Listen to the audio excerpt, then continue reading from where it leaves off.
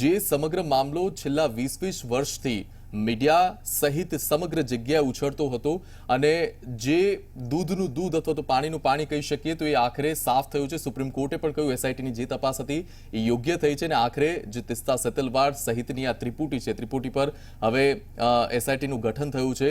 આ સમગ્ર જે ઘટનાક્રમ છે એને આપ કઈ રીતે જોઈ રહ્યા છો જફરભાઈ? પહેલી प्रतिक्रिया આપની. देखिए, मैं आपको बोलूं कि मुझे जो डाउट है वो उस दिन से हुआ कि ये जो गुजरात में हुआ, जो हमारे सबके सामने के वो जो ट्रेन जली और उसके बाद जो पूरे गुजरात में जो फसाद हुए, उसमें कम से कम जो सरकार का आंकड़ा है कि 1600 से ज्यादा, more than 1600 people where killed, ठीक है, और कम से कम 1000 से ज्यादा बिजनेसेस, कारोबार तो अहमदाबाद शहर में जलाए गए थे, बड़ौदा में कुछ हुआ, आसपास में भी जो हुआ था, मतलब ये हमारे सबके सामने है. अच्छा, जो इसके मेन आर्टिस्ट थे, करने वाले, वो 4 लोग थे. एक हरेन पंड्या साहब थे जो जिनकी डेथ हो गई बाद में, वो पेश थे, सबसे ज्यादा थे. इसलिए कि अहमदाबाद से मैं अहमदाबाद से मेरा ताल्लुक है. कभी भी यानी आप देखेंगे कि इतने फसाद हुए अहमदाबाद में, 69, 85, 87, 90, 92 खतरनाक किस्म के हुए, डिग्री में ही फर्क है. लेकिन कभी भी वेस्टर्न अहमदाबाद में यानी पार्ली के इलाके में कभी राइट नहीं हुए, कभी भी. ये पहली बार है. और ये मॉब जो था, इट वाज लेड बाय हरेन पंड्या. हरेन पंड्या साहब उसको लीड करते थे. अगर आप तो पत्रकार हैं, आप याद करें. और वो कौन थे? वो minister of state for home थे. हमारा जो घर जला वो हरेन पंड्या साहब की मौजूदगी में जलाया गया, वो मौजूद थे उसमें. आगे आप देखिए कि फतेहपुरा में एक मस्जिद है, जो मस्जिद जलाई गई. और सिर्फ वही नहीं, उस मस्जिद का जो सेंक्टम सेंक्टोरियम होता है, जहां पर जो सबसे पवित्र जो जगह होती है मस्जिद में, जिसको इन्हें मेहराब कहते हैं, उस पर खड़े रहकर हरेन पंड्या और उनके लोगों ने पेशाब की थी, पैंट उतार कर, मुसलमानों को जलील करने के. और ये कोई बंद कमरे में नहीं हुआ था, हजारों के बीच में हुआ था. ये मेन थे. दूसरा गोर्धन जरदाफिया, बाबू बजरंगी, फिर ये आपके डॉक्टर प्रवीण तोगड़िया, ये तो मेन आर्टिस्ट थे. लेकिन तीस्ता के पूरे प्रकरण में इनका कहीं नाम ही नहीं है. बल्कि हरेन पंड्या साहब से इन्होंने, अगर आपको याद हो तो उस जमाने में इन्होंने एक citizen for piece and justice करके एक कमिटी बनाई थी, एक कमीशन बनाया था, जिसमें एक रिटायर्ड चीफ जस्टिस थे केरला के, सुप्रीम कोर्ट के जज. उनके सामने पेशी हुई हरेन पंड्या की, तो हरेन पंड्या का नाम ही गायब हो गया उसके बाद से.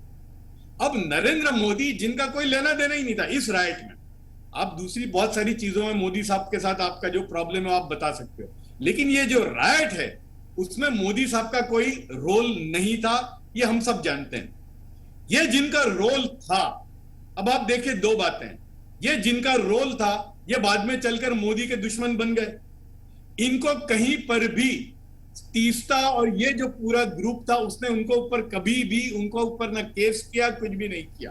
तो हमको तो डाउट उस दिन से हो गया था कि ये कोई एजेंडा है. दूसरी बात, मुसलमानों को न्याय दिलाने की यहां कोई बात ही नहीं है. इसलिए कि आप मुझे बताइए, हाँ, जाफरी साहब का जो मामला हुआ बहुत ही भयानक था, हम सबको बहुत सदमा है. और मेरे तो फादर के वो बचपन के दोस्त थे, तो उसका जो सदमा हमको है किसी को और नहीं होगा, वो था.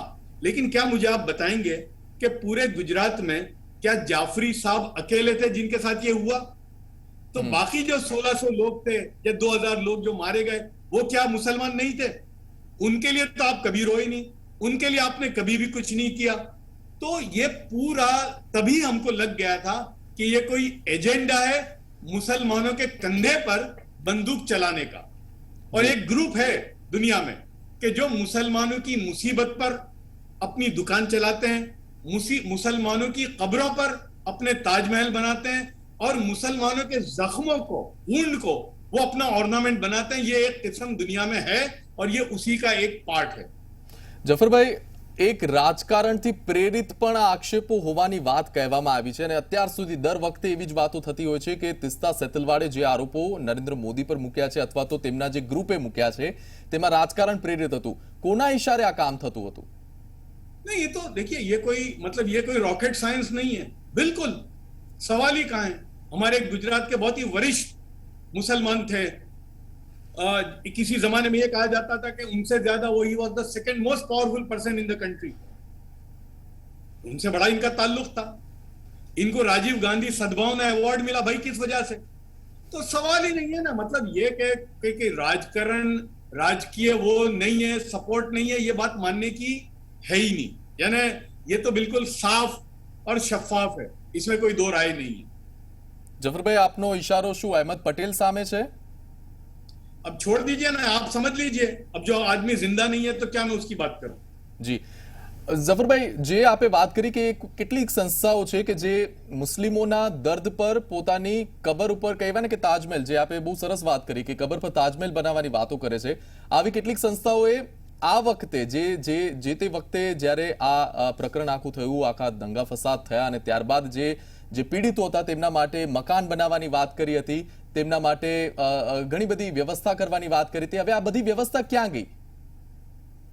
यार आप मुझे एक बात बताओ कि जिन लोगों ने कंस्ट्रक्टिव काम किए गुजरात में, मुसलमानों को बसाने के काम किए, उनके घर बनाए, उनके बच्चों को तालीम दी, स्कूलें बनाई, कारोबार में लगाया, उनका नाम मालूम है आपको?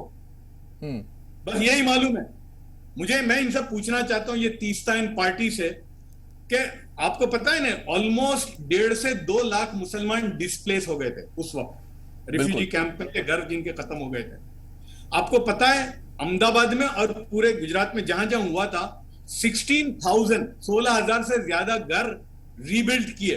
बहुत सारी संस्थाओं ने काम किया उसमें। जमीयतुल उलमा ने बड़ा काम किया, जमात इस्लामी ने किया, एक्शन एड ने किया, फिर एक हैदराबाद का एक न्यूज़पेपर निकलता है सियासत, उन्होंने, वो सियासत नगर एक रामोल के पास एक जगह बनी हुई है, उन्होंने किया। और फिर हमारे अहमदाबाद की गुजरात सार्वजनिक, जो अफजल मेमन साहब जो अभी चलाते हैं बहुत सारी हॉस्पिटल और स्कूल हैं, उन लोगों ने किया।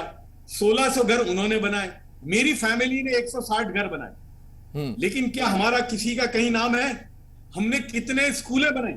गुजरात सार्वजनिक ने 2002 के बाद अब तक कम से कम 8 स्कूलें बनाई हैं, जिसके अंदर कलेक्टिवली 8,000 से ज्यादा बच्चे और बच्चियां पढ़ती हैं। ऐसे और भी बहुत सारे लोगों ने किए काम। कितने बच्चों को स्कूलों में भेजे बाहर, हैदराबाद वगैरह में बोर्डिंग स्कूल में, कितनों को इन्हें यूपीएससी और उसकी ट्रेनिंग एकेडमी के लिए मेहनत की। ये जो पॉजिटिव काम करने वाले, उनका तो कोई जिक्र नहीं है। और मैं इन लोगों से पूछना चाहता हूं कि क्या इन्होंने किसी एक मुसलमान का घर तो नहीं, क्या एक कमरा बना के दिया? किसी एक मुसलमान बच्ची की स्कूल की फीस दी इन्होंने? किसी एक मुसलमान के घर पे खाना पहुंचाया इन्होंने? तो मुसलमान की जरूरत यह है भाई। यानी इसलिए मुसलमानों ने इनको तब कह दिया था। ये 2011 में, अगर आपको पता हो कि जब ये जो मोदी साहब को जब क्लीन चिट मिल गई, तो उस वक्त मुसलमान जो प्रोमिनेंट गुजरात के थे, उन्होंने इनको कहा कि भाई देखो अब आए बहुत हो गया, आप अपनी दुकान चलाओ, हमको नहीं करना है, हम बहुत सुखी हैं, हम अपना कारोबार में लग गए, हम अपने एजुकेशन में लग गए, हमको अब है आगे बढ़ना है अपनी जिंदगी के अंदर। तो इन्होंने उसमें कभी साथ नहीं दिया इन लोगों ने। જફરભાઈ, જો વાત કરવામાં આવે તો 2002ના દંગા ફસાદ રમખાણોમાં ઘણા બધા લોકોએ પોતાનો જીવ ગુમાવ્યો છે, ઘણા બધા પરિવારોએ પોતાના સ્વજનો ગુમાવ્યા છે। એ બંને પક્ષે હતા અને તેની લાગણીઓ બહુ બધા લોકો સાથે જોડાય છે, આખા ગુજરાત સાથે જોડાયેલી છે। પરંતુ આ લાગણીઓને ષડયંત્રમાં ઉપયોગ કરી અને જે રીતે તિસ્તા સતલવાડ અને ત્રિપુટીએ જે કામ કર્યું છે, જે અત્યારે 3 અત્યારે એસઆઈટીની તપાસના દાયરામાં છે, આ જે કઈ રીતે સોગંદનામા કરવામાં આવતા હતા, કઈ રીતે ભડકાવવામાં આવતા હતા લોકોને? देखिए, अब आप मुझे बताइए कि ये तीस्ता इन पार्टी का क्या कंट्रीब्यूशन है गुजरात के मुसलमानों के लिए? कुछ भी नहीं।